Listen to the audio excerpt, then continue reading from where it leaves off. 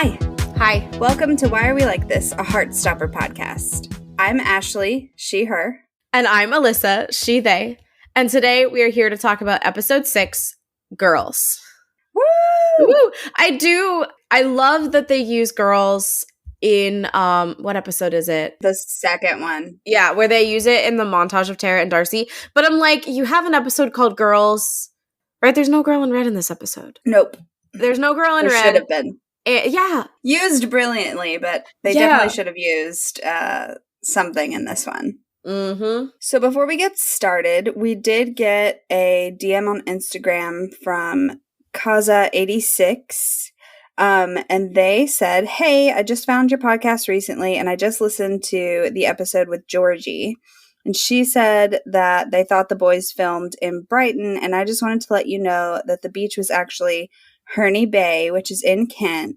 Brighton's about an hour away from Herne Bay. And then they said Alice said Herne Bay is their local beach town, so it's close to where they grew up. So that makes sense as to why it would be included in the show. But so thank you for the information. So episode 6, Girls, was, like all the episodes, written by Alice Oseman and directed by A. Ross Lynn. And this is the episode where, according to both IMDb and Netflix, Tara makes her relationship official on social media, but she isn't ready for the side effects. And the friends try to play matchmaker with Elle and Tao, or as I like to call it, the one with the milkshakes. The iconic milkshakes. So Nick is Googling best LGBT movies, which aren't we all? Google, the first 2 things that Google recommends are Moonlight and Brokeback Mountain. Those are not the first 2 things that come up. I had the same thought. I was like, really? Like, Brokeback Mountain is so old. And it's from 2005. It's so old. And I haven't seen it since it came out. So I was like, I don't know that I would put that in as one of the best LGBTQ movies. And all I will say is that Sarah Nelson doesn't know that she's doing this, but she's better at suggesting LGBT movies than Google is. Truly. She comes with Mamma Mia and Pirates of the Caribbean, and I'm like... Yes. But I also want to talk about how it shows But I'm a Cheerleader, and I want to see that scene of Sarah and Nick watching But I'm a Cheerleader together. It also recommends Pride, which I haven't seen, but I've heard good things about. Yeah, it's on my list. But yeah, she suggests Mamma Mia, but apparently they've seen that 4 times already. And from the timeline thus far, it's April, which means that they've watched this film on average once a month. That's a generous reading of this situation. But same, Sarah, same. Great choice. Sarah goes to get the pizzas because that's pizza and movie night. And Nellie lets out this really sad whine when Sarah gets up. I'm like, oh, my heart. So Sarah comes back with pizza and suggests the most bisexual movie of all time. So relatable. Yes. I do have a story because when Eddie and I watched this recently for his first watch, I paused it at this point and I was like, so here's some bi background information that you need. And I was like, there are 2 kinds of bisexuals. There are Pirates of the Caribbean bisexuals and there are the Mummy bisexuals. Yep. Either Brendan Fraser and Rachel Weisz made you realize you were bi, or Keira Knightley and Orlando Bloom made you realize you were bi. And Eddie said, excuse me, how dare you erase an entire 3rd category of bisexuals? And I was like, what? And he said, you forgot about the 2002 live-action Scooby-Doo bisexuals.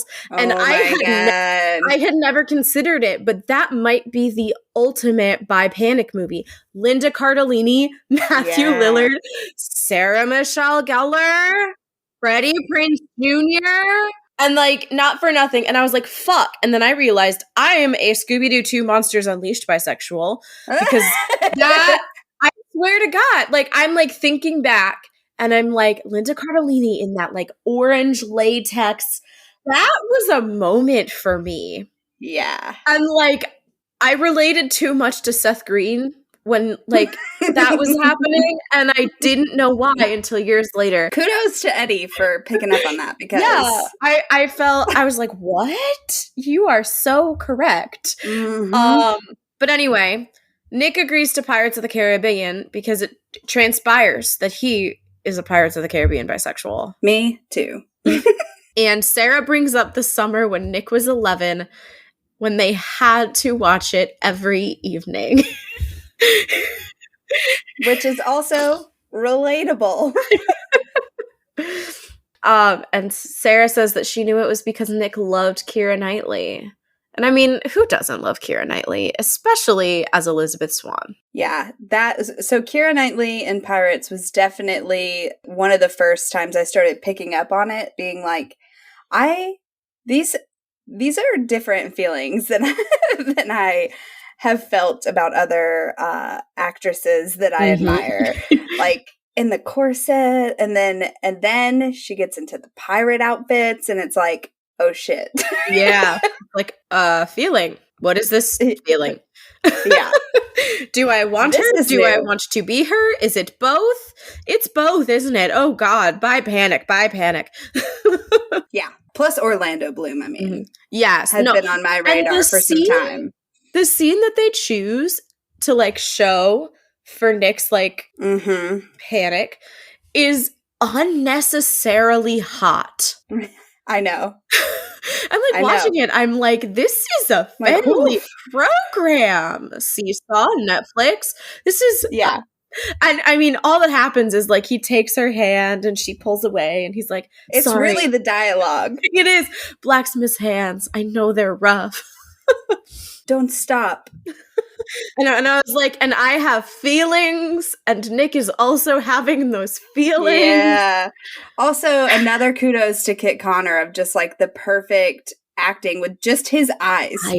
Just his eyes. Yes. So good. And this is the moment where it like clicks for him of like, both is good. And so then presumably after the movie ends, he like goes back to his room and he's got his laptop and he Googles the word bisexual. And I did take note of the autocomplete results this time. It provides a definition. Sexually attracted, not exclusively to people of one particular gender, attracted to both men and women. Okay. Yeah, I don't disagree. And then the other two results are bisexual flag and, again, just the word bisexual. Okay. And then we get him watching a YouTube video. Did you do any research about this? Because I did. I didn't do any research because I'd already like seen that it's a real vlogger. Yeah. But hit me with your research. Yeah. So yeah, I went down a bit of a rabbit hole, and I did this in the backwards order. But so like I went on IMDb and I found out that it was an actual YouTuber, Courtney J, who is actually bisexual and actually a YouTuber. And so, of course, my first thing was to just go to his channel and start trying to see if these were like real videos that existed. They're not. They were made for the show, but I did find a video talking about the experience and some of like the behind the scenes stuff, which I have the links, so we'll put that in the show notes. Cool. But in it, one of the most interesting things was that he ended up like asking like the producer who reached out to him, like, what made you come to me? And the producer said that Alice Oseman picked him specifically. Was like, Alice only gave us one name. Like, this was who they wanted. That must feel so cool. Yeah. So the video, I will send it to you and we'll put it in the show notes. It was really interesting to watch. In that video, he talks about how when he was 14, he kissed his best friend, and that's how he realized that he's bi. And so there was a script that Alice had written for that little clip that we get there, but they gave him some leeway to like rewrite it and change it and make it more authentic. And so he just decided to use his own story, which I thought was really cool. But I also was like, wait a minute, but like high school best friend, like kissing your best friend. I'm like, it's such a good mirror for Nick. And so then I just kind of geeked out about that for a little while. Adorable. And I was like, this is just awesome. Like, it just kind of is this really cool coincidence because it is just Courtney J's personal story, but it mirrors Nick's journey right now so well that I'm just like, I love that they let him do that. Yeah, I wonder if there were other videos of him kind of hinting at his journey and that's what Alice picked up on and was like, that's why he's the one. Maybe, yeah. And then we get the title card, which is super cute. It's got the little fireworks. Yeah. So then we cut to Higgs in the cafeteria or canteen, and I just have one note in all caps. Look at all the phones. Where's Miss Greenwood now? Where's this phone rule? Makes me so angry. Yeah. Especially because, like, using a phone is central to this scene. Yeah, like, they could have done this scene anywhere if they wanted to stick to the no phones rule. Yeah. So Tara posted a picture of her and Darcy kissing on Instagram and captioned it, "Girlfriends," in all caps, with the rainbow flag. And there's lots of super supportive comments. But then there's one comment that says, "You don't look like a lesbian," which she kind of fixates on. And she deletes it, but she's like fixated on that when there's like, I didn't count, but there's like 3 there's a lot of others and loving comments also. Yeah. But that's how it is when you... Yeah. One negative comment can rule out 50 positive comments. Oh, yeah. And Elle is also on her phone, glued to it. And Darcy is just looking back and forth between them like, hello, I exist. Like, this is I love the line because she says, "This is a conversational lunchtime gathering we've got going on here." Yeah. And it spoke to me like deeply in my soul in a way that I can't even explain. Because I would totally be like one of the people like just like completely sucked into their phone. But just the way that Darcy says it, I'm like, I see you, Darcy. I see you. Tara pays attention, like puts down her phone, but Elle is still just like engrossed. She's zoned in. Darcy asks if she's looking at Timothée Chalamet's Instagram again. It's like, fair. I didn't realize he was as old as he is. How old is he? I think he's like 28 or something. I thought he was around my age. But he looks a lot younger. Yeah, he's like a little Twinkie thing. Yeah. 27. Okay, I was close. Yeah, December 27th. This was his golden birthday that just passed. Happy belated golden birthday. To Timothée Chalamet. Anyway, but yeah, so they're looking at Timothée Chalamet's Instagram no, they're not looking at Timothée Chalamet. I was looking at Timothée Chalamet's Instagram. Oh, so I think it's Tara that says... Yeah. She's probably texting Tao again.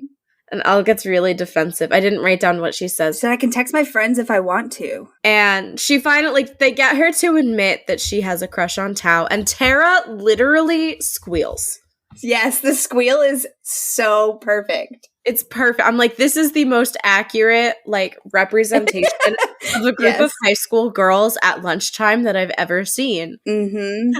And Tara and Darcy are both like, oh my god, I knew it. And my note just says, we all knew it.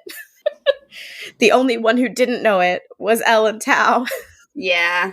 And apparently Charlie, which we'll find out later. We're going to discuss that because I have some thoughts too. I have thoughts. But Elle is like panicking because she doesn't want to say anything because he's my best friend and definitely doesn't like me back. And I would really just like her to cite her sources because if you look at any of the previous episodes have to show us, hard disagree. Tao's been pining for like a while. Yeah. And like, it's already hard to believe that Elle doesn't realize he likes her back. But I also think that's part of the reason they had to cut that deleted scene because it's just so obvious that they're so in love that it's just like her insecurity about it would not be believable. I see where she's coming from. Yeah. So Elle asks them to change the subject because she, like, really doesn't want to talk about it. And Tara's like, ugh, boring. And the episode helps out by cutting to Truum. Yeah. Tao and Charlie are walking up to the gates, and Harry's behind them. And it clicks that it's Tao in front of him. Mm-hmm. And he, like, runs up and, like, shoulders him. And I'm like, okay. You just needed a little physical contact this morning. Yeah. Harry's love language is definitely like aggressive physical touch.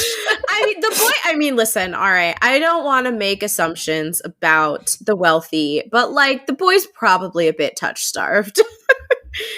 Yeah. His parents are probably kind of distant. Yeah. But yeah, and then he also says, watch out, Dick Nozzle, in a callback to Tao calling Harry a Dick Nozzle in the previous episode. Which is just like another little clue for my little brain being like, he's remembering all these little interactions. Thanks. Yeah. And I will say Tao has some pretty good comebacks because he says he gets him this time. If you want my attention that badly, why don't you just throw something at me again? Like your last remaining brain cell. And that goes straight into Harry's heart like a dagger. Yes. Oh my God. And I have to say, like, if I were a teacher and I saw this and like Harry tried to like ask me to intervene, number one, I would have such a hard time not laughing. And I'd probably just be like, Tao, don't do that again. Like, I just like do like the most half-hearted, like, Tao, no, don't do that. And then I'd walk away and I'd probably write Harry up for instigating or something. Yeah. Especially because he instigated it physically, not just verbally. Yeah. And I probably would like celebrate Tao for not escalating. Even Charlie, who like really doesn't want him to get involved or to fight back, is like kind of proud of that one. He's like, okay. Yeah. So then we cut to the music room. Mm-hmm. And this is at Higgs. Yes. And this room, I love. It's so nice. I love like the sound waves on the like walls. And there's like 250 guitars in there. Oh yeah, yeah. And Tara is sitting on the floor looking at and deleting more shitty comments.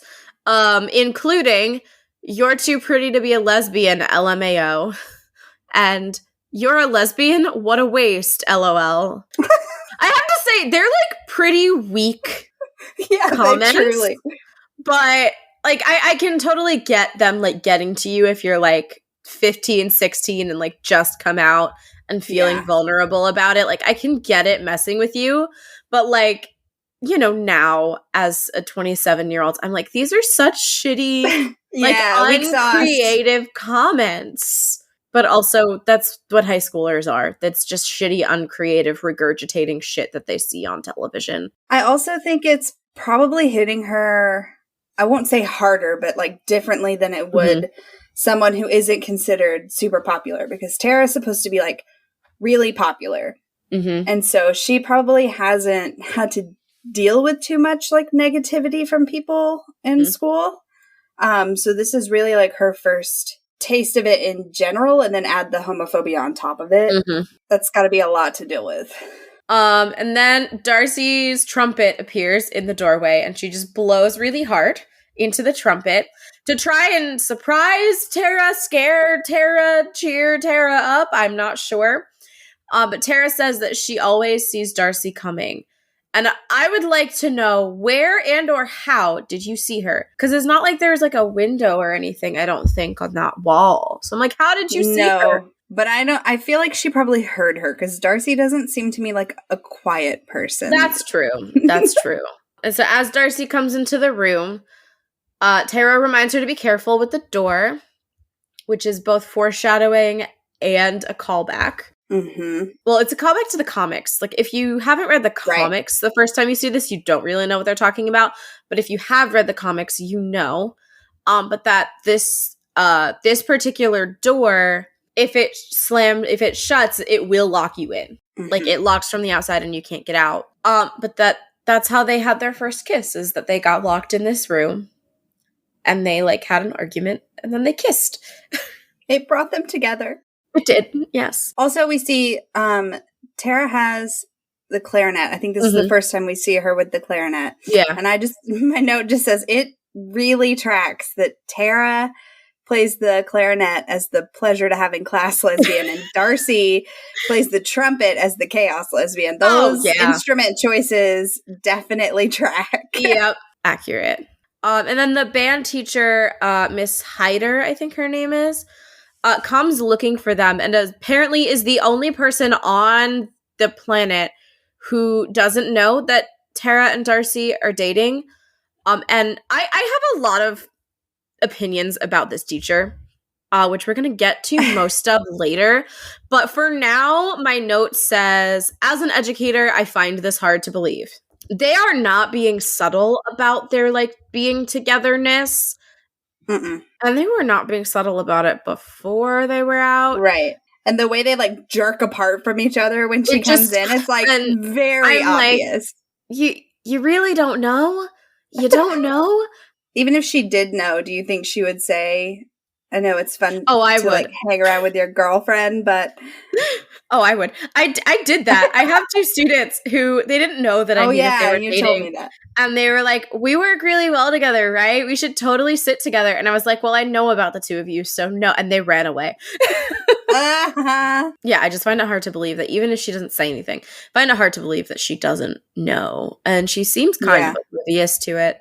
Because, like, even if she weren't gonna, like, say, like, it's great to hang out with your girlfriend, like, she would, like, there'd be some, like, tongue-in-cheekiness to it if she knew, and was just trying to, like, let on that she knows without actually saying anything. That it isn't there. I don't like her. I don't like it. I disagree. But so then we go into this band rehearsal, which is kind of, they're, like, setting up their instruments, and this other clarinet player, who is definitely also gay. Yeah. Like, and I don't know how to explain it. It's just, you look at her and you're like, you are gay. I know, it's like the obviously queer person. Yes.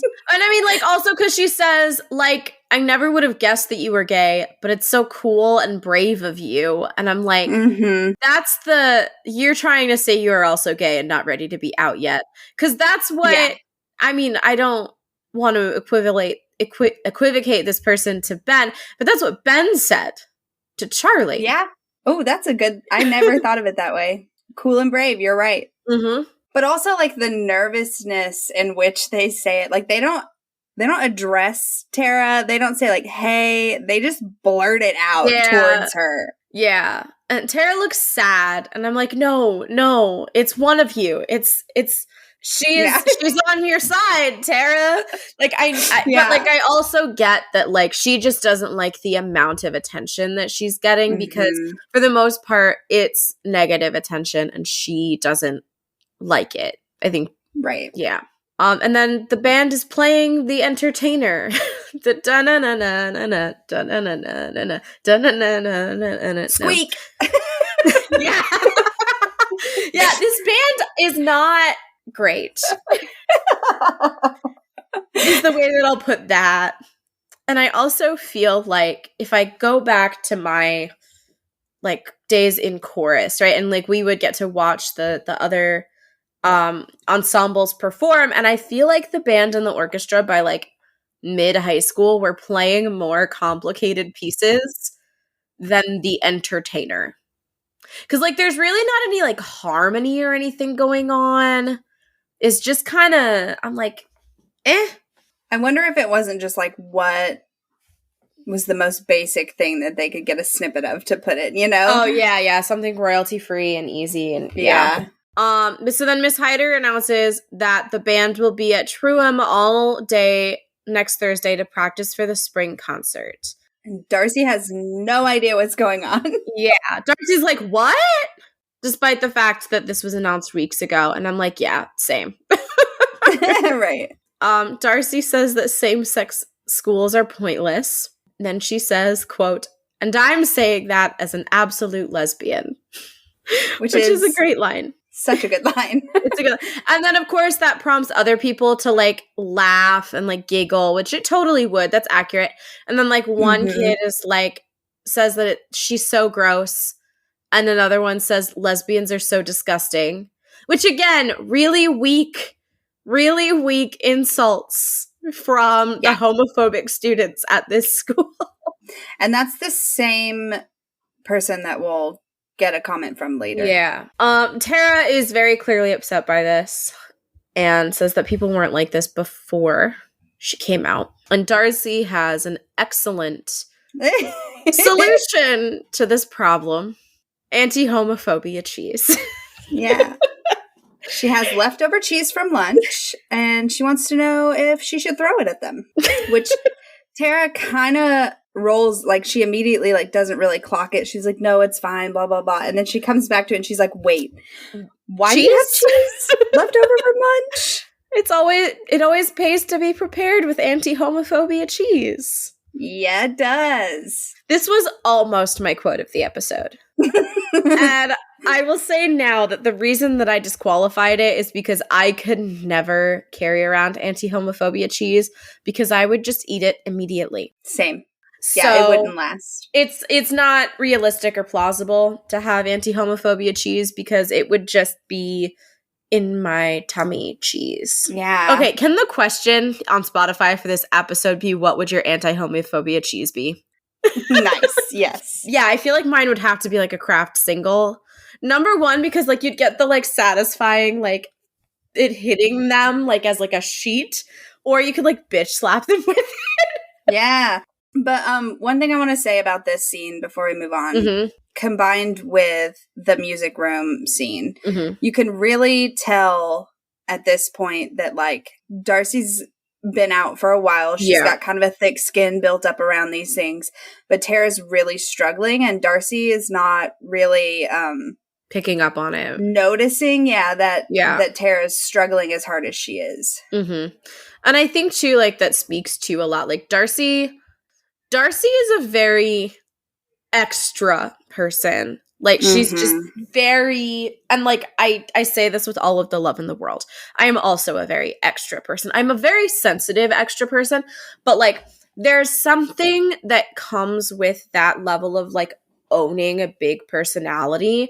Like you have to let it roll off your back, because if you don't, like it just you can't be that kind of person and that personality if you can't like have the thick skin and let that stuff go. And I do think that because Tara is like so popular, this is like her first time really getting this much negative attention, and it's difficult. And if you're familiar with the comics, you know that their family lives are completely different as well. And that Darcy is also used to getting all this shit from her family too. Yeah. So she's like double experienced in this area. It just doesn't faze her anymore. Yeah. And I also think that the autism that is very heavily coded with Darcy probably comes into play as well. Of just like not picking up on those cues from Tara. But yeah, no, Darcy's really not picking up on it yet. And I actually have like a couple of things about that later as well. So then we cut to the park with Nick and Charlie, and these outfits are some of the outfits that they wore in some of the promo photos. I hadn't clocked that. So I immediately was like, oh, this was the day they did those promo shoots. Yeah.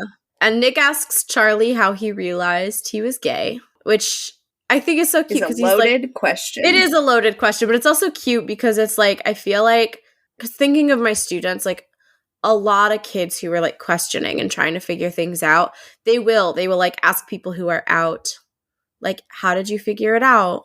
Like, how did you know? How did you come out? And like, it's just like, it's a loaded question, but it's just their way of like trying to like make those connections between other people's stories and like their own lived experiences to kind of like be like, you have the vocabulary for this. How did you realize it? And so I'm like, it's a difficult question, but I'm like, this is like really a big deal for Nick, because he's finally starting to grapple with some of the vocabulary of like what his identity might be. And I'm really proud of him for that, because that can be scary to like. Yeah.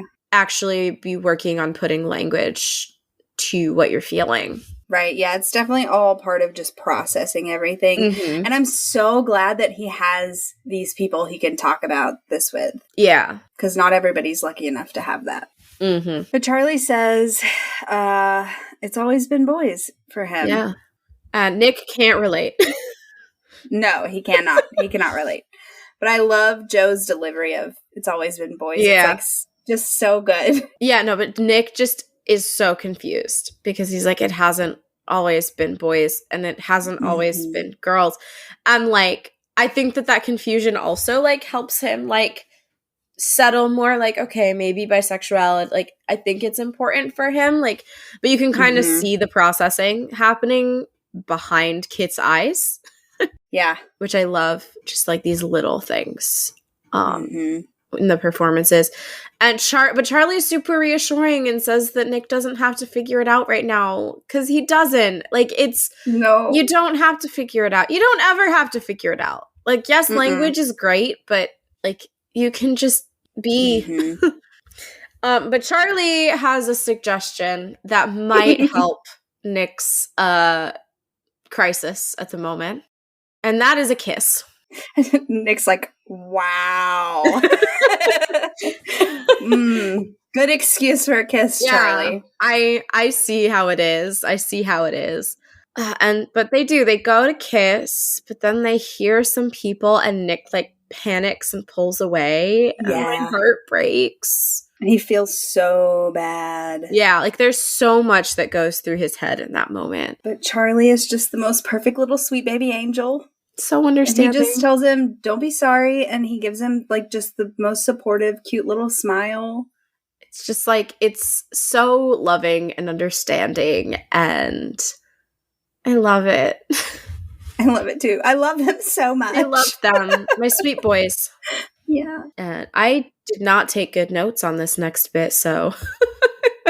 It's a very short scene. Yeah. Where it cuts back to Nick in his room and he's watching another video. YouTube again. And this one, he's saying like, it's so confusing. One day it's girls, one day it's boys. And you're like, well, which is it? And then one day you realize it's both. You can have both and it be okay. Yeah. And I think it's such a beautiful thing that there are people out here like this guy. I know that this was like scripted or whatever, but there are videos on YouTube like this that are people telling their stories and their journeys, and what a cool part of the internet to be able to get some reassurance and things like that. You know, there's so much terrible about like so many terrible things about the internet.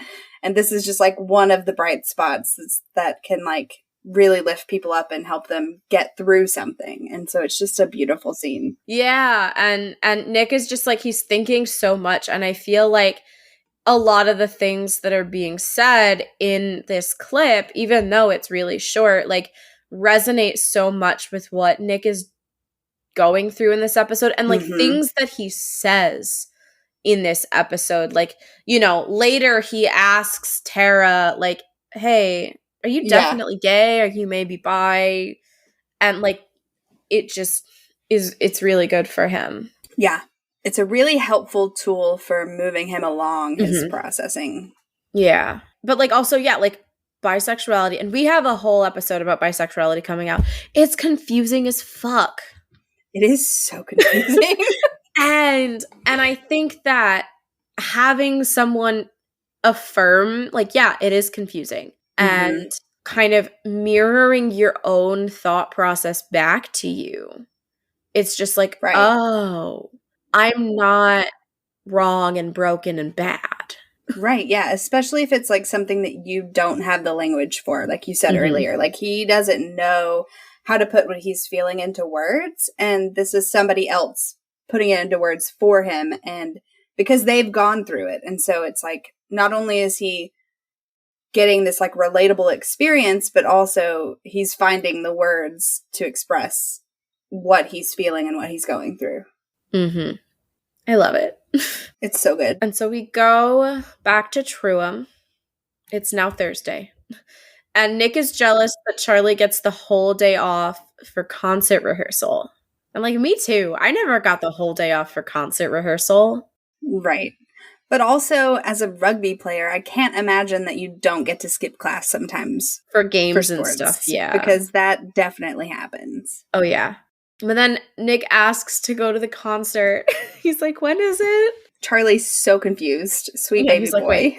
And, like, I don't blame Charlie. Like, I have been to my fair share of school concerts in my day. I did chorus from 4th grade to 11th grade. Oh, that's a long. And then I also had siblings who did band, like, for, like, various times. And so I've been in school concerts. I've attended school concerts for family.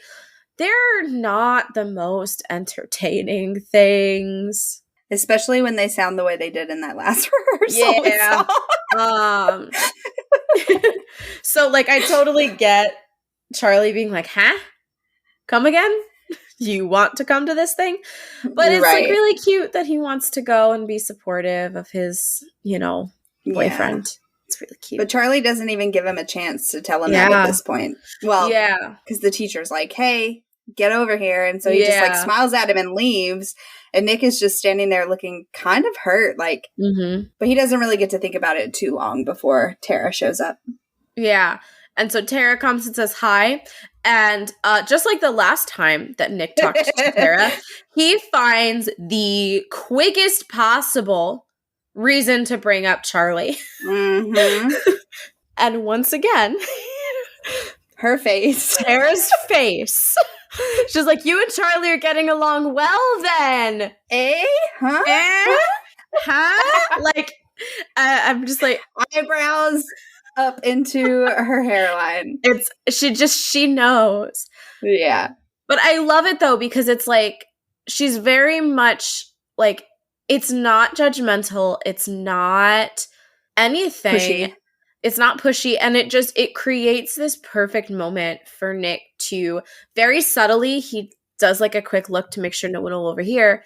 But then he's able to tell her that he and Charlie are going out. And I'm like, oh, Nick. And he's like buzzing with energy too. He's like, I did the thing. Yeah, this is the moment for him where it all like really becomes real, because he is said it out loud to somebody that's not Charlie. It's out there in the world now, and it's real, and he is so happy. Yeah. And Tara is super happy for him and for the two of them. And she thinks it's funny how they both turned out. Yeah. Because when they kissed when they were 13, she thought they'd be together forever. And I have some questions about the timeline and like the mythology of the Nick and Tara kiss, because everyone knows about it, but like they don't seem like super good friends or anything. So it's just weird. They said they hadn't really seen each other since that. Yeah. And maybe what she meant was like in the moment, like maybe, and then I would imagine for some time after they probably thought about each other, but like they were at different schools, they couldn't really see each other, And then just because like everyone, like 3 years later, everyone is still talking about this Nick and Tara kiss. And I'm like, huh? Like, how many joined school dances did they have? Because this feels like it was the one and only, and that's why everybody remembers it. Yeah. And then the scene changes, and like it just like cuts to these younger versions of Nick and Tara. Tiny little babies. And I have a problem with this. What is it? No way in hell those are 13-year-olds. They're so little, right? Those kids are maybe like 11, but yeah, no, they're like 8, maybe 10. They're so tiny. They're and I'm like, these are not 13-year-olds. They do resemble, like they picked good kids, but they're too young. Yeah. But that goes back to us being like, that was only like 3 years ago? Like, but everyone acts like it was so long ago. So I don't know. But also I shared this I reshared it. Somebody else had posted it. I reshared it. And it's funny because Logan replied to that story that I had shared and was like, little known fact, Kit Connor played both Nicks here. And I just died laughing because I was like, he is. He's like a shapeshifter. Yeah. Oh my God. So now every time that I see this scene, I think of that DM that we got. That's really funny. But yeah, it like takes me out of it. I'm like, those aren't 13-year-olds. Those are like third graders. Mm-hmm.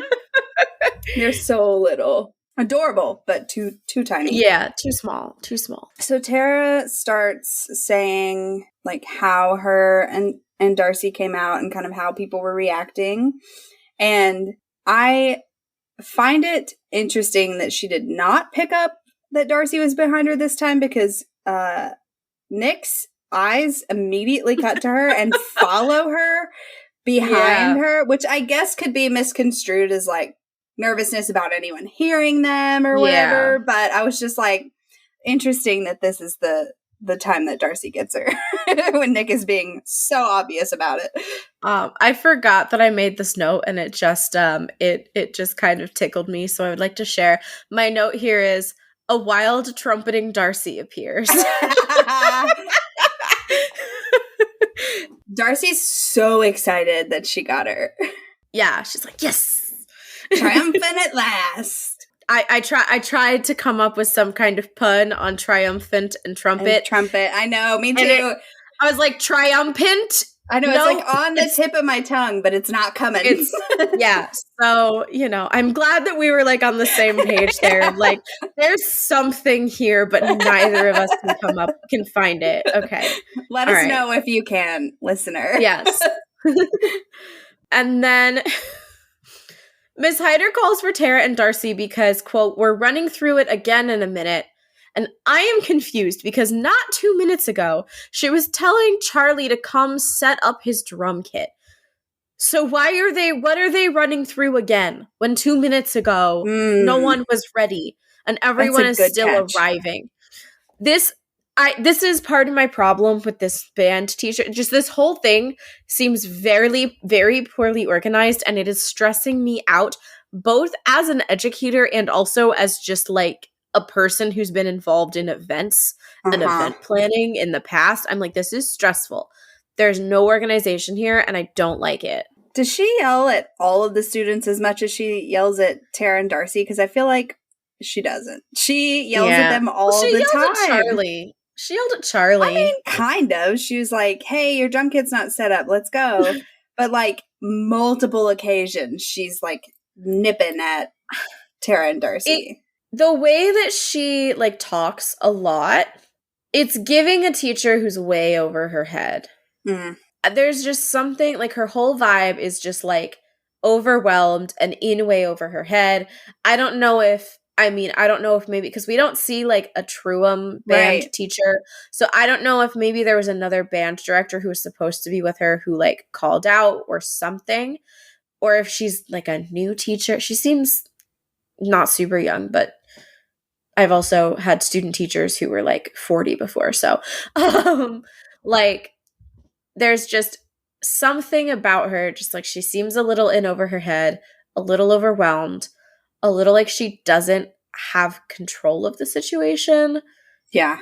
And it's stressing me out. I do not have advice for her at this juncture other than like maybe you should have like scheduled this rehearsal better.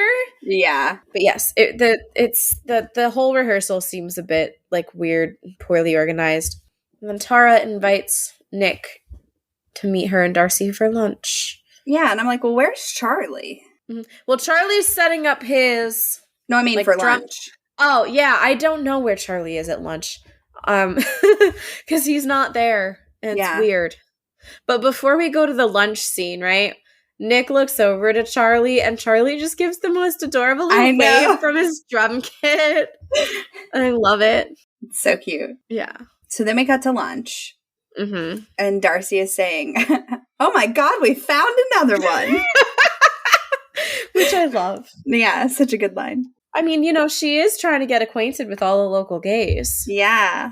I love there's this like theme. Literally every single fanfic that I've read that has Darcy in it has had her like collecting the gays, trying to get the full acronym. I love that. So every time I see this, I'm like, she's got her B. Like, yeah. She's got a lot of them. She's got LGBT. Mm-hmm. A. Well, I guess we don't really see her with Isaac. Yet. And we also don't have any confirmation on Isaac being ace yet. Well, we kind of do. We do? From Alice's recent Attitude. Okay. Attitude magazine interview. She was like, Netflix is going to kill me, but perfect. They're definitely season 2 is going to have a lot of Isaac Arrow Ace content. So, yeah. I'm excitedly, silently clapping into the Skype call. So then we overhear Harry being an asshole to Tao. Neither of these are very creative. No. Retorts. Yeah, it just like pauses their conversation for a second because Nick turns around to like take in what's happening behind him. Nick says that he's not out yet. And Darcy is like, do you want to be? Immediately. She doesn't even let him fully get the sentence out. It's such a good and important question. Mm-hmm. It's like, I think that like, it's, you know, it's just very much like some of Darcy's like head, mouth, no filter. But like, it's a really good question. And I think that it's an important part of the processing that Nick is doing in this episode of like, do you want to be out? And I think that especially with some of the things that happen where he, you know, goes to kiss Charlie at the park and he like recoils because someone walks past, like little things here and there. It's like, I think it's like he does, but he doesn't know what to be out as. Right. And I think that that's a really important, again, there's so many little things that are just like a really important part of Nick's processing that happened in this episode. Mm-hmm. And I love how supportive everyone in this group is. Yeah. Darcy's immediately like, well, that's okay. You like, Tara didn't know she was a lesbian until we kissed like 6 times. Like, you don't have to figure it out. Tara's like, it was twice.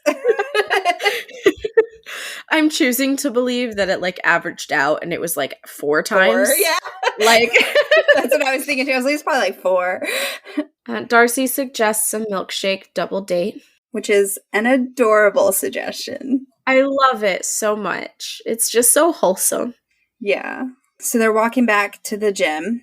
And when this scene starts, or when the cut starts to them walking, Nick is on cloud fucking 9. He's like smiling. He's looking up at the sky. Like he is having a great day. And I'm just like, this is just like part of, you can see like part of all the weight of all this is coming off of him because he's able to talk to some people about it. Yeah. And starting to like figure things out and not holding it all in. And Tara tells him not to feel pressured to come out until he's ready because it can be really hard, especially if you don't even really know who you are, you know? Yeah. I love Tara and Nick's relationship. I love that she's there as like the reassuring, like quote unquote elder gay to be like, don't do it until you're ready because it is really hard. People will think about you differently and you need to be prepared for that before you do anything. Yeah. And I think it's good to kind of balance out Darcy's kind of like impulse of like, do you want to be out? Because it's like, I think that there is a part of him that does so that he can just be with Charlie and not have the guilt of them having to hide it. But like, I think it's important for Tara to kind of bring in that other side and like balance it out because there is like another side to this and the reality of it is like it's not all sunshine and roses and getting to kiss your boyfriend in public. Right. It's also people treating you differently and like I'm sure Tara knows Nick's friends and knows that it's not gonna be easy for him. Yeah. I mean, we know from the birthday, like Harry's birthday party, that she does know his circle and she has feelings about them because when Harry walks up to her to like say, oh, hey, look, Nick's here or whatever, her face is like, I know it's your birthday party, but fuck, I was trying to avoid you this entire night and you've caught me. Fuck off. Yeah.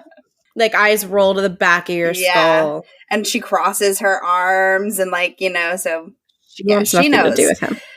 Right, but so Nick asks Tara if she's definitely gay, because he's liked girls before, and he's very obviously likes boys also. Mm-hmm. And he's wondering if it was the same for Tara, if, like, she's liked boys and also girls. And she says she's definitely gay. And that kissing him helped her realize that she didn't like kissing boys. Yes. And Nick's just like, Great. not sure if he should be offended or not. He says, he's like, happy to help, I think. This is another scene that I had seen an interview of the cast talking, and Kit was talking about this scene and how the question that he got asked was like about how it was like what it was like to work with Alice and like to have them on set, and like, you know, obviously they're the creators, so they have like this wealth of knowledge, and like, was there any room for them to like ad-lib, and like, what was that like? And he was like, yeah, well, it was all pretty much like set. I guess at like the first take of this scene, he had responded like, ouch, afterwards. And Alice was like, no, like, that's not the line. So I think it's funny that, because that would be your natural reaction to be like, yeah, oof, ow, okay. Like, yeah. And I do think that Nick's like has like that visceral, like physical response. Mm-hmm. Of like, ouch, but then like also delivers the line as scripted. And I think that it's like, it's a really good performance. Mm-hmm. But I also like, I like that this is the line as opposed to ouch, because it's like, it's not about you. Right, exactly. It takes some of the like narcissism out of it. Yeah. Which I think is good, and it's important to just be like, yeah, no, it wasn't about you. Right. It's not about you. Exactly. It's about like Tara's journey. Exactly. Yeah. And your journey is a different journey. And yeah, no, I love that. I didn't know that. That's cute. So then we got to Charlie's room. Mm-hmm. And he is sitting on his bed in my second favorite sweater of the series of season 1. It's a great sweater. It's shortly after the leaves at his birthday party.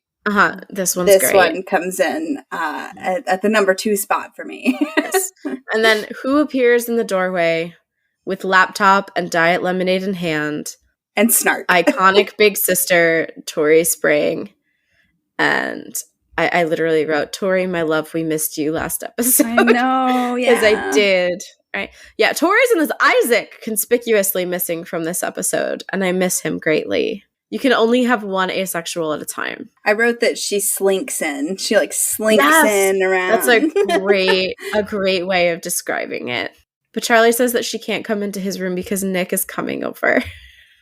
She says, I didn't realize you were in a committed relationship. And Charlie gets so embarrassed. Flustered. It's like bright red. But he can't lie to her. He can't. She knows him too well. So he just ends up babbling like an idiot. Yeah. I love it. And then she just, in like true Tori, like deadpan fashion, wow. So not ready to tie the knot yet then. Charlie just tells her to shut up, and like there's just the look on his face, like you can see like this conflict of like him really wanting to tell her but like also not wanting to out Nick. And then I think there's also some like still some post-Ben's insecurity, which we get like a whole flashback. I think it's in the next episode, but it might be in Boyfriend. I think the next one, about how like Ben like reacted to Charlie calling them boyfriends. Like there's definitely some that too of like not knowing or not wanting to put a label on the relationship at this point. Right, for fear of how it's going to be received by Nick. Yeah. For sure. And then he goes to say more, but there is a knock on the door, and that boy is gone. He bolts. And there's like a little bit of bisexual lighting on the door frame beside Tori. And she just like slurps. She slurps her diet lemonade with a smirk like, I love it. Okay, I have thoughts about the next scene. Please tell me your thoughts. Okay, so we cut into Charlie's room again. Nick is there. They're doing homework. And this scene is another one that is changed from the comics. And this is one that I have strong feelings about them changing it. Okay. Because in the comics, it is Nick staring at Charlie. And Charlie looks up and he's like, what? And he's like, you're staring. And Nick says, you're cute. And then Charlie throws the pin. And they switch it in this one where Charlie is looking at Nick. And I just wish they had left it because I love the idea of Nick staring at Charlie, his super cute boyfriend, just waiting for the right opportunity to tell him that he told Tara that they were going out. And like, it just seems like it just works so much better in my mind for him being like, just sitting there waiting for an opportunity to bring it up. And I just wish they had left it. Yeah. I hadn't noticed that. I hadn't picked up on that. But that's like a really good point. It makes a lot more sense for Nick to be the one doing the staring. And also I want more smitten Nick. Yeah. Like everybody knows that Charlie fancies Nick. Everybody knows that Nick fancies Charlie too, but I want to see more like unabashed. We don't get, to borrow a line from Elle in a little bit, we don't get all the months of intense pining from Nick. From Nick. Yeah. I want a little bit of it. I want the like lovey-dovey stares and the heart eyes Nick and I want all of it. Yeah. And like we know Kit can do it. Yes, we do. Amy winner Kit Connor. But yeah, so they're doing homework and Nick says that he told Tara and Darcy about the two of them. And Charlie, and this is a term that I coined a few years ago. Charlie hug-a-tackles him. Hug-a-tackle. Because like you hug-attack, but you like knock them over, so it's like part hug-attack, part tackle. Nice. Hug-a-tackle. I love it. And says, that's amazing, you're amazing. And it's so cute. Yeah. And this is another turning point for Charlie's processing of this is not another Ben situation. Mm-hmm. Yeah. He's coming out to people. He's doing it. So. Yeah. But then anxiety kicks in and he like stops and he's like, wait, did you do it because you wanted to? Or did you force yourself because I'm out? And I'm like, oh, you're such a sad, anxious being. And also just like so cute that he's like, he really does throughout this entire season keep Nick's like feelings in his journey number one. Like regardless of what Charlie's feeling, he wants Nick to go on his own journey and do everything on his own timeline without any pressure from Charlie, even if it's unintended pressure. And then Nick reassures Charlie and then kissing resumes and Nick like flips them and I'm like, hello. Yeah. It's a good move. It's a good move. But then it cuts and Nick ties his shoes the weird way. What's up with that? I'm gonna put them side by side because we can see Charlie finishing it and we see Nick starting it. So I really want to put them side by side so we can see the full tie. So strange. And then he asks Charlie about the concert again. And Charlie says that he doesn't have to come and that it will be boring. And can confirm school concerts are boring. You can tell which one of the two of them has been going to school concerts. Yeah. It's like, I feel like it's a novelty for Nick, too. He's like, true. Seeing how the other half lives. I'm a jock. He's a nerd. Right. But also just a chance to see Charlie play the drums, which we know Nick loves. So. And then also, but it's also his way of saying that Tara and Darcy think that the four of them should go get milkshakes, like a double date. And this little exchange is so cute. Because Charlie says, I've never been on a date. And then Nick says, me neither. Want to go on one. And I sob. Yeah. Also, Kit's delivery of you want to go on one? Like, the way that these freaking little actors can put so much emotion in so little words. Like, there's fear, there's excitement. Like, everything is all mixed in that one little line. It's so good. So, yeah. And they can't stop looking at each other and smiling. And like Nick goes to leave like 3 times, but he keeps looking back. And it's just so sweet and wholesome and pure and good. Yeah. And happy. And then Charlie closes the door.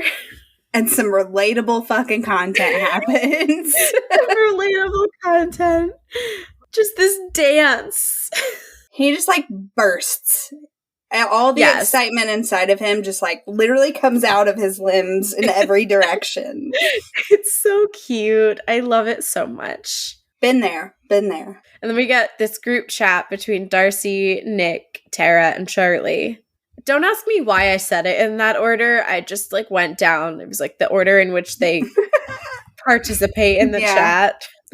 This is another great use of the comic panels. Like, so good. But this is when we find out that Charlie doesn't know that Tao and Elle like each other. No. No. If this is true, and he maybe just, like, was trying to gauge, like, where everyone else was at on this knowledge, maybe. But if it's true that he really doesn't know, then he's been way more wrapped up in his own shit. Than we realized, because it's been insanely obvious. Yeah, I literally wrote, Charlie, use your eyes. It's blatantly obvious. How have you not figured it out yet? Yeah, who are you, Tao? Yeah. That took me a second to fully process.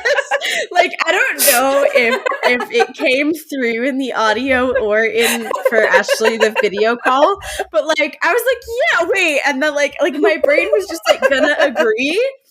And then I realized how funny it was.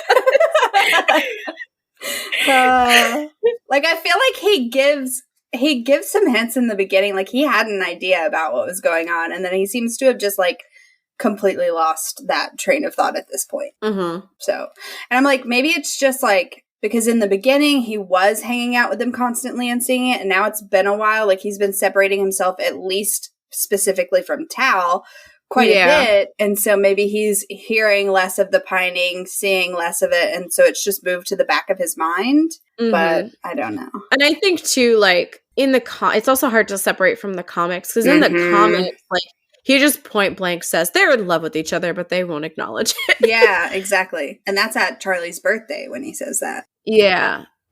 So I think too, there's a little bit of like conflating comic Charlie and TV Charlie. And also just like Tao and Elle's story is a lot different than in the comics as well. So, also I love how each of their rooms is like perfect for them. Yes. Like, Darcy's is a mess. Yeah. I put Tara's room is super cozy and full of like stuffed animals, and it has a salt lamp, like definitely a very chill room. And then Darcy's room is just pure chaos. There's just shit everywhere. She's pure chaos. Yes. And I love her for it. I know. Perfect. Perfect little chaos queen. Little chaos bean. You went for queen, I went for bean. Both accurate. Yeah. And so this is, this whole group chat, they're like plotting to get Tao and Elle in on their date, to make it a triple date. And like as Charlie is like going through it, like his face falls and he just texts, BTW, they don't know me and Nick are together. Mm-hmm. I look so sad. Because if there's anybody he does want to tell, it's his best friends, And so this is like a very sad admission. Yeah. But Tara is like, that's okay. Like trying to be like super supportive. And just the next 3 things in the group chat, I'm like, this is going to be such a time. So Nick's like, so now it's a triple date? And Charlie says, and Tao and Elle don't know it's a date at all. And I'm like, oh God, this is recipes for disaster. But then Darcy is like, we are such meddling gays, and I love it. And then Nick is like beaming. He's beaming at his phone. And like, it just fills my soul that he like has found these people where he is like comfortable. He's a part of the group. He feels like he belongs, and he is a meddling gay, and he is excited to be here and be participating. And like it's like this, it's just like this joy of like finally just like being able to like have a space to be yourself. Exactly. Yeah. And just like whatever that is. And it's like, he's just a part of this, and he doesn't have to worry about, what anyone's going to say. Like everyone in this group is super loving and supportive. Mm-hmm. And it's so sweet. Yeah, it really is. Yeah, no, he does. He's just beaming. And I'm just like, it's It's so good to see. Community. Queer community, man. Queer community. It's life-changing, truly. It is. So then we got to outside of the milkshake. Well, I guess outside. The whole thing is outside the milkshake cafe. And this is my favorite Tao and Elle scene. Can we talk about Tao's outfit? It is the most Gen Z outfit I have ever fucking seen. Yeah, I have outfit notes too. I love it. I love his outfit here. I didn't make specific notes other than just me saying I love Tao's outfit. He's got the fanny pack as like across the shoulder bag, which is like really popular, I guess. Like because Kit recently did that fashion show, I don't know, somewhere, and I've been seeing all the pictures, and then also like the guy from Young Royals were there, and like I guess everybody that was like dressed by the fashion brand got one of these like fanny pack bags, and they all were wearing them that way. Like it's almost like they were instructed to wear it that way. That's the style now. Like you don't wear it across your waist. You wear it like a crossbody bag. To me, it's weird to me comfortable. Too. It looks so uncomfortable. Whatever. Yeah, but I love the like dancing and the like fishing pole thing, and also Tao is in orange and Elle is also in orange. They kind of match each other. Aww. And they didn't know each other was coming, so it's just like, oh look, another reason why you guys should just date, because you fucking match. I know. My notes are that these are 100% the actions of someone who is not madly in love with their best friend. Right, yeah. My other note is, now I want a milkshake. Well, I have some milkshake notes too, but I'll hold them. I think I saw one of your milkshake notes on Instagram. You did, but I have some other milkshake notes. Yeah, so Tao didn't know Elle was coming. Elle didn't know Tao was coming. Tao thought it was just bribery to get him to come to the concert, and I'm like, the boring concert thing. So Elle says, "Oh, so you came for the milkshakes and the milkshakes only?" And he says, "I said what I said," which will come back to bite him later. Then it cuts to the actual milkshake cafe counter. We see the milkshakes being made. And this is where I'm like, see, no, these milkshakes, these blue ones that are being made, they don't even look appealing to me. They look really runny and like not gross. Yeah, they don't look like good milkshakes to me. So yeah. I do not leave this episode wanting milkshakes. I'm like, no, I don't want any of that. But yeah, we have like a little like milkshake montage. Yeah. And then they're sitting down, and Tao asks if they ever play film music, because if ever Tao was going to care about something. Yep. And it instantly changes his mind. He doesn't know if there's any film music being played at the concert he's about to go to, but... Yeah. But he's into it now. The possibility is all he needed. Yeah. And Charlie is offended. He's like, why would you come if you thought it would be boring? And Tao tries to say he wanted to be a supportive friend. But Elle... She rats him out so quick. He came for the milkshakes and the milkshakes only. Tao is offended. He said, I said that to you in confidence. And then Darcy is not settled. Oh, yeah. Darcy starts in. She's like, so how did you become friends? She says, you two make a cute pair. How'd you become friends? And Nick and Tara, she says, you two make a cute little pair. And Nick and Tara are like, both give her this same look of like, Darcy, what the fuck? Yeah. And Elle's face kind of drops a little bit, like, yeah, shit. And Tao continues to be oblivious. Yeah, this is where we learn that Elle was Charlie's friend first, and Tao came along as a package deal. Mm-hmm. And so we know that Tao and Charlie have been friends since they were 11. Yeah. So about 4 years. And so Elle has probably only been in the friend group 3 years or less, I would say, because they were like package deal status. I'm going to give them, I'm going to be generous and say it took them a year to get there. Yeah. And this is when we get William Gao's great delivery of rude. It's great. It's great. Milkow is great. Yeah, this is a good Tao episode. Yeah. This whole episode, Tao is being like really civil to Nick, given how much we know he hates him. And I'm like, we really don't see it until the very end when he sits down beside him and he just looks at him fucking disgusted. It's like, you really reined it in until that last second of this episode. Yeah. And it was like very much like you could tell because like he goes to like help with the milkshakes, and which we have milkshake discussion before we really get to this point, but like he goes to help with the milkshakes and like he feels like he's like intruding and like so there's like definitely some of his like insecurity about like losing Charlie to Nick that comes up, which definitely like brings out that little bit of animosity towards the end. But like this whole time I'm like, you are being really like maybe Elle is just the secret.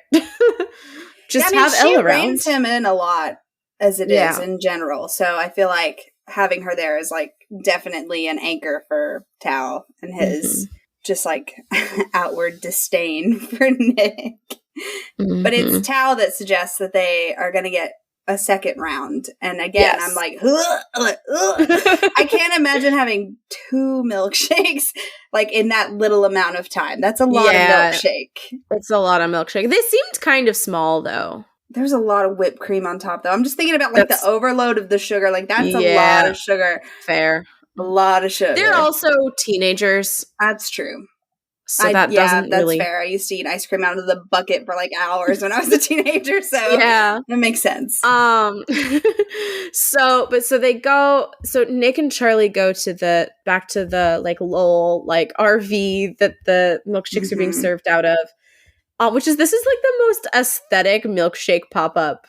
It's so cute. It's like being run out of an Airstream trailer. Yeah, and there's like a giant rosebud, like a blue rosebud over next to it too that it always catches my eye. I'm like, that is so cute. It's everything about this area is so cute. And I saw a TikTok recently of somebody like walking around that area and like showing like cutting to the show to show like where things were set up and like what it looks like empty and like all this stuff. I'm just like, God, it's so cute. They did such a good job really cool with that set design. So Charlie accurately describes the bubblegum milkshake as a crime. It just and Joe's face is like perfect. And this was the milkshake note that you definitely saw that I shared on Instagram. Nick gets a bubblegum milkshake and I throw up in my mouth a little bit. It's a little gross. Like, seriously, nothing bubblegum flavored is good except bubblegum. Yeah. Like nothing. Yeah. So then Nick decides that he wants to try Charlie's milkshake, which looks like it's just like a chocolate milkshake. Anyway, he tries this and it looks like he's seen the face of God. Yeah. This is like an epiphany. His life is changing. And I'm like, dude, you've never tried a chocolate milkshake? Yes. Which now makes me wonder, what is your milkshake order? Strawberry. I'm a cookies and cream girl. Okay, well that's what I was gonna say. Like if I'm getting like from Sonic where I can get like a blast or something, it's always Oreo or cookies and cream. But if I'm going to like classic milkshake flavors, it's gonna be strawberry. Yeah. But if like I had to pick like a classic, I'm boring. I'm gonna go vanilla. I mean, that's a delicious choice. I wouldn't say it's boring. Yeah. But anyway, so Nick suggests that they swap. And Charlie's like, really hell no. No. So Nick grabs a second set of straws and says that they can share because this is a date. And everyone knows that the official rule of dating is that you can share drinks, which, like, yes. Yeah. But I have some thoughts about the straws. Okay. Number one, they're paper straws. And paper straws plus milkshake seems unpleasant. And I already hate paper straws. Part of that, for me anyway, is that I recently learned that a lot of the food grade adhesives used in paper straws contain gluten. Oh no. And guess what? I cannot eat. Yeah. Wow. Gluten. Yeah, so that's never fun. But also, Like they get so soggy. And I'm like, so like the milkshake texture, it seems like a not good combination. And then also the way, like they have like one thick straw and one skinny straw. And I'm like, you're not getting any milkshake out of that skinny straw. But also like the first round of, if you pay attention, the first round of milkshakes they had, everybody had 2 straws anyway. Yeah. Why'd you have to add a second straw this time? Did everybody add an extra straw to, like, were they all going to share round one? That clearly didn't happen because we didn't get to see everybody be disgusted by the bubblegum milkshake. It's so weird. But anyway, then Charlie suggests that he and Nick go on a date, just the 2 of them, but then immediately tries to walk it back. The anxiety spiral is so strong. Yeah. Oh my God. I can't wait for this boy to get some therapy. Yeah, he doesn't even like let Nick respond to it. He immediately backtracks and just continues until Nick finally decides to stop him. Yeah. I'm like, oh, my sweet boy. And then it cuts back, and my only note is Darcy continues to not be at all subtle about their plan to try and get Tao and Elle together. Is this the like whole diatribe she goes on about how she and Tara were friends first? Yeah. My note says Darcy is going so hard. It's really over the top. Her tone when she says that you should be good friends with the person you're dating is like very pointed. And if it was anybody except for fucking Tao, this would have unraveled. Oh, yeah. Uh-huh. And I mean, like, it already is because Tao walks away and Elle's pissed. Ooh, she's so rightfully mad. So, yeah. I mean, this whole time that they're having this little bit of conversation, she's shrinking in on herself, like trying, like, ugh. Yeah. And Elle she is furious, and Darcy immediately recognizes that she's overstepped because when it cuts back to her face, it's fallen. But I will say though, before she realizes it, her like fake oblivious, what do you mean? It kills me. I love it. But yeah, she realizes she fucked up, and she's like, oh. And everything that she's saying is hitting Tara a little too hard. Yeah. And also, like, Tara agrees and is like, it does change everything, not always for the better. And Darcy, like, looks so hurt. She's like, and because this is the moment where she realizes too, like, oh, this is not a good time. Like, Tara's struggling a lot with this. This is also where I have my notes about understanding where Elle is coming from, because one, she's still adjusting to life at Higgs. You know, she's recently transitioned. Like, she's making new friends. She's not around her old friends. Like, this entire point of her life is terrifying, let alone adding anything else in, especially it being a crush on her very best friend. Yes, and especially after the, like, let's always put our friendship first. Yes. And all of that from Kiss. It's just, like, it's terrifying. And yeah, I definitely see where Ella's coming from, and I definitely think that Darcy overstepped by quite a bit. Yep. And so then it goes back over to Nick and Charlie. They asked for Tao to come join, and so Tao is walking up at this point, and they are, again, not subtle. He's like, am I interrupting something? And they're like, what? No, huh? What? No, absolutely nothing going on here. Yeah. And then it just gets really awkward and really quiet. And I think if you look at Nick's face, it really looks like he's ramping up, like he's about to say something. And then Tao is like, you take those back and I'll wait for these. And so it kind of cuts him off. But I love that Charlie does, like, he's like, are you sure? And they start to walk off, and he pauses and looks back at Tao. And Tao gives him, like, a little nod, like, it's okay. Go ahead and go. Like, And when they get back, Elle asks if they knew about this whole plan. And Nick, my sweet Nick, it's so important that he's the one who says this, too. Yes. He's like, we thought it would be fun to go on a triple date. And, like, I love just the, like, the gears turning in Elle's brain. Yeah. She's like, a triple date. And he's like, me and Tao, Tara, Darcy, and then Nick is like, and Charlie? Me and Charlie. And Charlie's like beaming. He's like so proud of Nick. And so is Nick. Nick is also beaming. And Elle is like shocked and excited and literally squeals. Yeah. And says how happy she is. And she's like, I mean, I'm happy for you too, but you didn't have to witness all of the months of intense pining. Which is so good. Yeah. I love how Charlie's like, I'm not going to tell anyone. Don't worry. Like, Isaac's not going to tell anyone. Like, don't worry. And then Nick is like, I'm dating Charlie. I'm dating Charlie. I'm dating Charlie.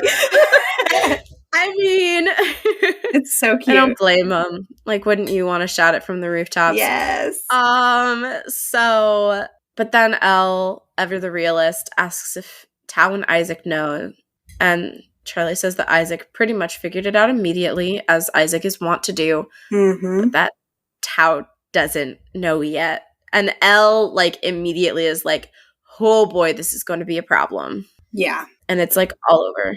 He knows he needs to tell him, but he's also fucking terrified because Tao's been nothing but rude about Nick from the very beginning. And, like, I have to imagine that for Charlie, there's at least some hope that, like, if Charlie's like, we are dating, it wasn't, like it's a thing. Yeah, he's not messing me around.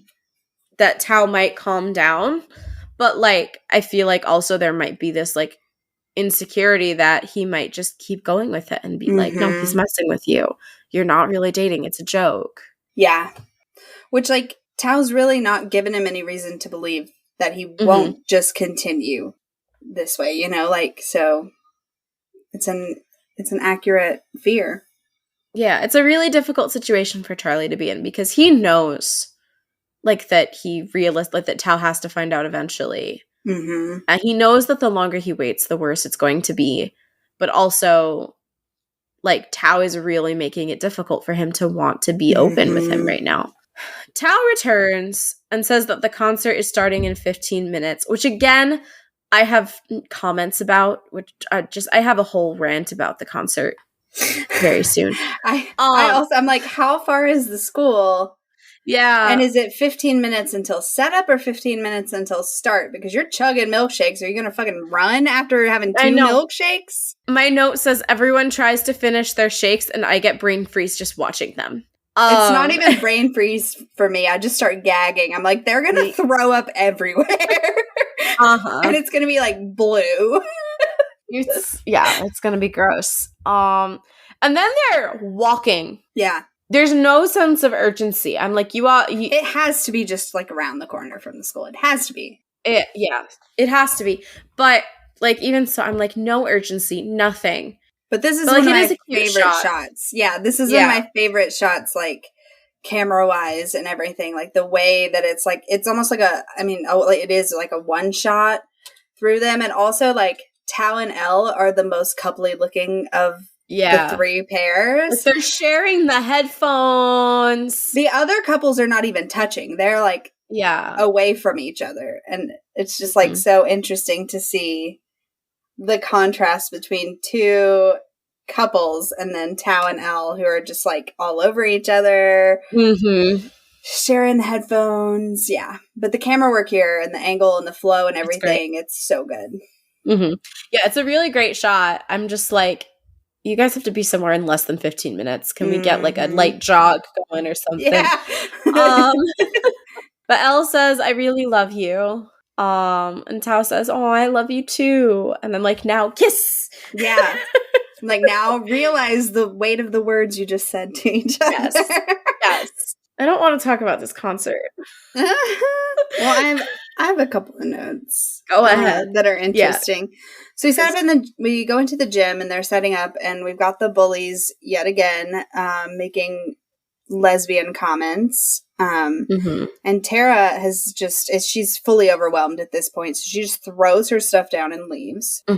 And Darcy runs after her.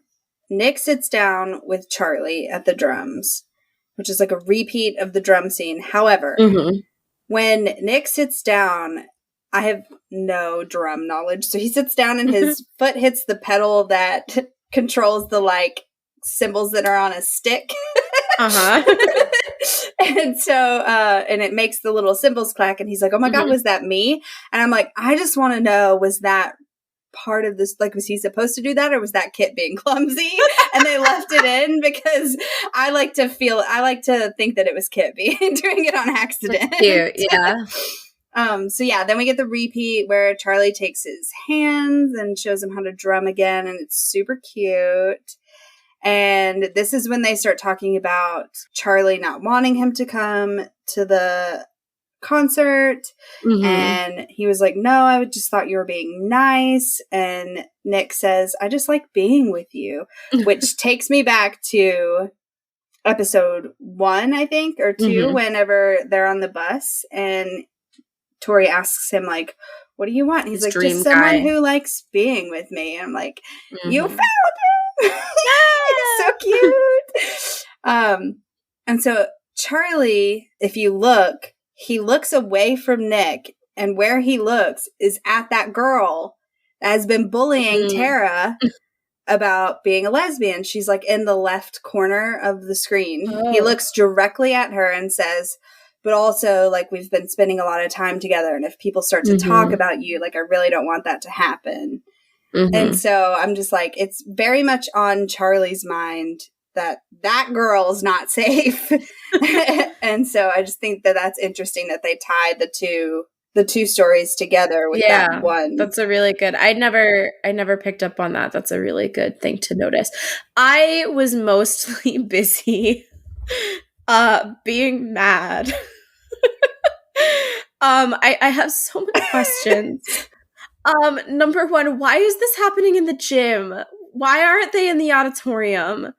Like, the Truum has, like, a whole music block with these really nice practice rooms. Like, there has to be a performance space.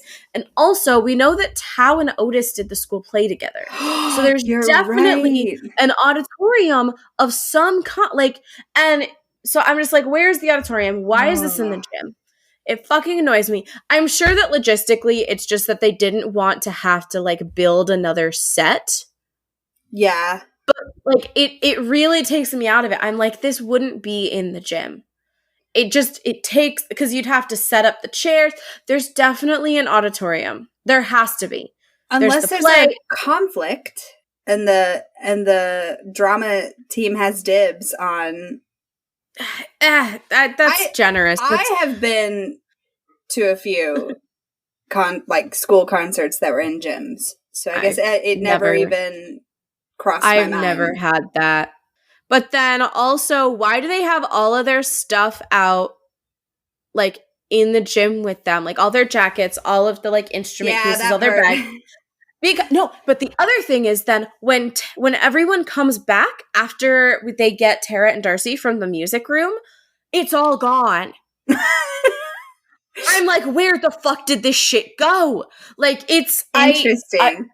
Yeah. But then, no, the really big thing is the call time. Was the call time what's in 15 minutes? It had to be. Because typically, for any concert, and I have asked every single person who I knew who did any kind, like, band, orchestra, chorus, any kind of performance thing in school, and across the board for school concerts, you had to be there between 30 and 60 minutes early mm-hmm. to, like, get together, do attendance, warm up. You'd usually even, like, rehearse your whole set beforehand. Mm-hmm. Like, so is that what's going on? It can't be. But then it can't be just because of the timing of everything and the fact that the teacher is like, I'm about to open the doors for the audience. Yeah, and Nick is still sitting there with Charlie, which is just, like, not. It's so weird. And also, because there's more stuff to talk about before the teacher says that, but, like, you're about to open the doors for the audience, but the students still have their jackets on. They still have all of their belongings all willy-nilly about the gym. Yeah. And no one's tuned their instruments yet. This is the worst organized school concert I've ever seen. I love that it's giving you so much anxiety. You're like, I can't handle this just watching it. Yeah. I don't like this concert scene. Just because I was a music kid and none of it makes sense. Yeah. Yeah. Oh, and then also, like, just the fact that Nick was allowed in. Yeah, and like up there at the drums, that also doesn't. I'm like, that's none of, there's a lot. Also, so with what you were saying, right? So Nick sits down at the drums, and these boys are being super obvious. Yeah. And also, they're not, like, talking quietly. Yeah. And actually, my note is, these boys are being super obvious right out in the open as Charlie is talking about being worried about what would happen if people found out they were together. And I'm like, the cognitive dissonance here. Yeah. And then Nick says that he's been researching about being bisexual. And I'm like, oh, yay! He says he thinks that might be him, but he's not sure.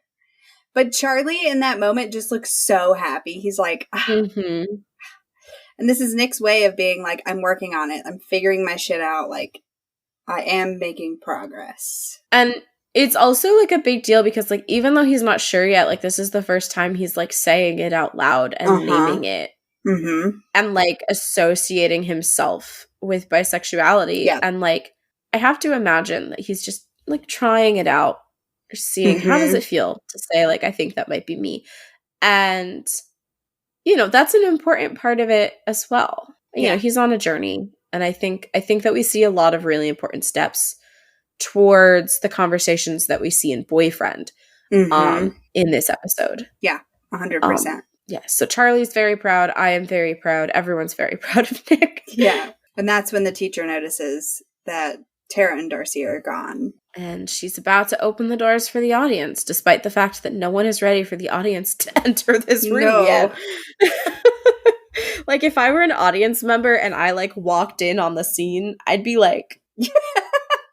Again, I just think she's probably, like, I have to imagine with students, especially students like Darcy, like, I'm about to open the door for the audience might mean, like, I've got 20 minutes. Where the hell are these kids? I need to, like, round them to get up and get them together. I also don't like that it takes her that long to notice that two students have literally run off. And, like, there are a lot of kids. I mean, there's a lot of kids, but it's not that many kids. Yeah. And, like... It's a fairly small group. Yeah. For two schools combined, it's a lot. It's a small group. I'm like, you need to have some awareness of what's going on because you are in charge of these children right now. But then I have another problem. So remember, they were rehearsing at Truham, in the gym at Truham, and this concert is in the gym at Truham. Why are Tara and Darcy at the practice room at Higgs? Oh my god! I did not even notice. You're correct. Oh man. Wow. Okay. Yeah. I did that. That flew right over my head. That is a good catch. This is in the comics too. So Alice, you done did fucked up. I love you, but this is like a plot point and it's a major continuity error. Dang. Good catch. Yeah, I did. Let's talk about the scene now. Yeah. But yeah, no, I'm like this. Did you run all the way to Higgs? Like we know they're close, but they're not that close. They're not that close, yeah. So yeah, Tara's in there sitting in the same spot we saw her earlier, and she's crying. And Darcy comes in and just runs right on in with no awareness of the door. Slam shut. I mean, yeah, I get it in that moment because she's just worried about Tara. For sure. And yeah, but yeah, the door slams shut, locks them in, and of course, there's no signal. Yeah. Classic. And then she says that she can't believe this is the second time we've been locked inside our makeout room. And Tara just looks at her. Yeah, just like not the time. Yeah, you can see the tears coming down her face. And Darcy, her face falls and she's like, sorry. Yeah. Tara's like, it's fine. I didn't want to do the concert thing anyway. Like, fuck it. Yeah, fuck it. And that's when Darcy says, talk to me. And this is where Tara just lets out everything she's been holding in this entire episode, basically. It's like word vomit, just all spills out. Yeah. And it's like, it's so like heartbreaking because like Darcy too is like, she wants to be supportive, but she also is like having her own insecurities of like, do you regret it? Do you regret this? Like, I'm sure there's also some guilt of like realizing oh shit, this has been going on and this is coming to a boiling point and I haven't been there. To which I would say, Darcy, you are 16. It is not your responsibility. Yeah. But I also get it. I also get it that you're 16 and you think that you can do everything. Yeah. And at this point, Darcy does just hold her and listen and reassures her that it's going to be okay. And Tara says that Darcy has it all figured out. And Darcy's like, I don't know anything about anything. Like, I don't know what you're talking about. I don't know anything. And so it's just like a very cute moment between them where they've been on different pages this whole episode. And in this moment, they come back to the same page. And they... they kiss after she says that they can just live there. She just says, I want to just live my life. And Darcy says, we can do that. And they kiss. And then we get the like sparks and the music notes flying around them and the lovely song. Flirting with her starts playing. I love it. And I love Darcy's like, you seem gay enough to me. Great. Yeah. And then we have Nick, Charlie, Tao, and Elle running down the halls searching for them. And Darcy hears it and just goes, homophobia! Yes.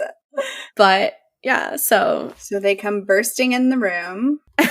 And Nick very helpfully informs them that they're supposed to be on stage, like, now. Yeah. And I love Kit, like, you can tell that he's not used to having his hair parted this way because he, like, he pushes his hair back, like, the wrong way and it just fucks his hair up a lot more. Also, but it works because they've been running and it adds to the, like, frazzled franticness of the scene. It definitely does. And there's a clip of this in the blooper reel that they released also where they made it all the way through this scene with Joe having his mask on before anybody noticed. And I think that is hilarious. And like also would happen because everybody got so used, you wear the mask all the time. Nobody's going to see it. Like, and it's funny because he's with everybody else who doesn't have on a mask, but nobody picked up on the fact that he had it on still. Like, honestly though, that's like whatever PA or whatever was doing last looks fucked up. Yeah. Like someone was supposed to do supposed to look him over. And they so like it's not entirely on Joe. No. I just think there's other people who totally should have on it too. I just think it's so funny. But yeah, so then we cut back to the gym and magically all the instrument cases and book bags and jackets are gone. Well, first we see them running down the hallway and we get to see Tao doing his terrible run, which is a setup for boyfriend. It's like, I can't run. Yes, from this episode. And so Charlie sits down at his drum kit. Tao and Elle go to sit in the audience, and Nick goes to help Tara set up the clarinet, which is like weird. It's weird, yeah. But I like to think that he wasn't really going there for the clarinet. This was him taking a moment to check in with her. He's like, make sure she's clearly she was going through something, and so he wants a moment alone with her to be like, okay, Are you going to be okay? Like, because he's just so gentle and sweet and supportive. Yeah, my note says, what a pair these two are. Two of the purest souls. I'm so excited to see their friendship grow. Yes. I know. And I love the, thanks, boy, I kissed one time. No problem, girl. I kissed one time. So good. It's great. I know. And it's like, it's so funny because like that just, in like Kiss, it was just like this thing of like, it was one time when we were 13. And it like became like the entire thing with these two. Yeah. And then Nick goes to sit next to Tao and Elle. Yep. And this is when we get Tao's look of disgust, like, ugh. Like disdain. Yeah. Nick.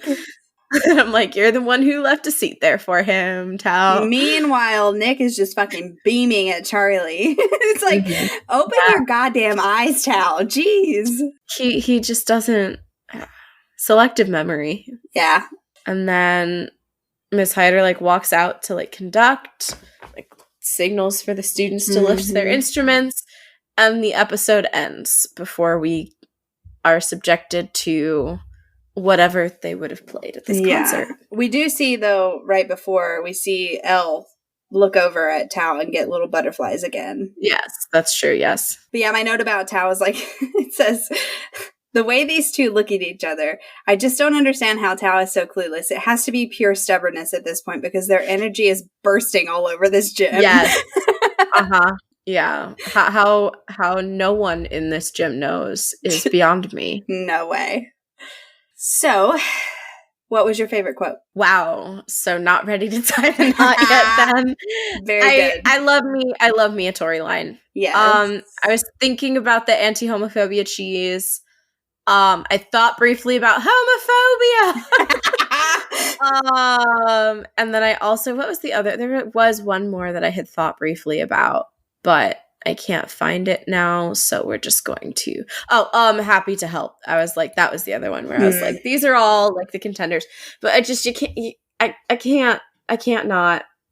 I love me a Tory line. Yeah. Like if there's a Mr. Ajay line or a Tory line, it's probably going to be mine. Mine was a like landslide. I didn't even have to think about it. It always pays to be prepared with anti-homophobia cheese. My own name is anti-homophobia cheese. So whenever I like share my hotspot, it's like, that's what it comes up as.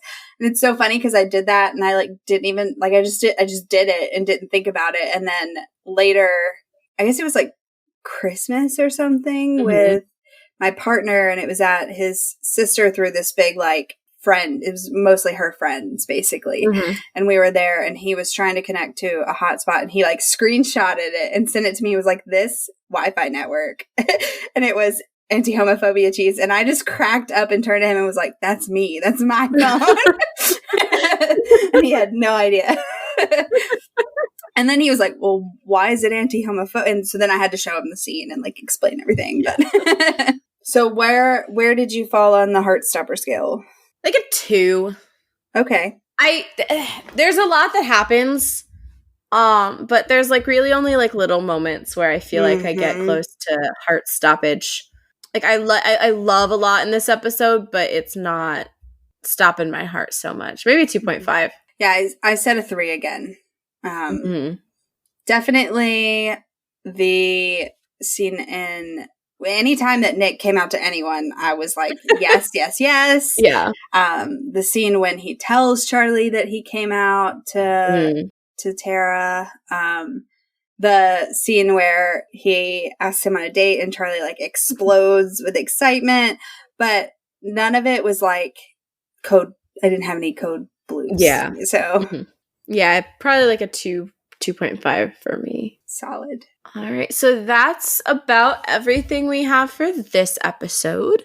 And of course, this is a bi-weekly podcast by two bisexuals. So we will be back in 2 weeks with a very special bonus episode all about bisexuality. And if you want to follow us online, we are at Why Are We Cast on all platforms, including TikTok now. And if you like this, please consider rating and reviewing us, as it will help others find us. Until next time, bye.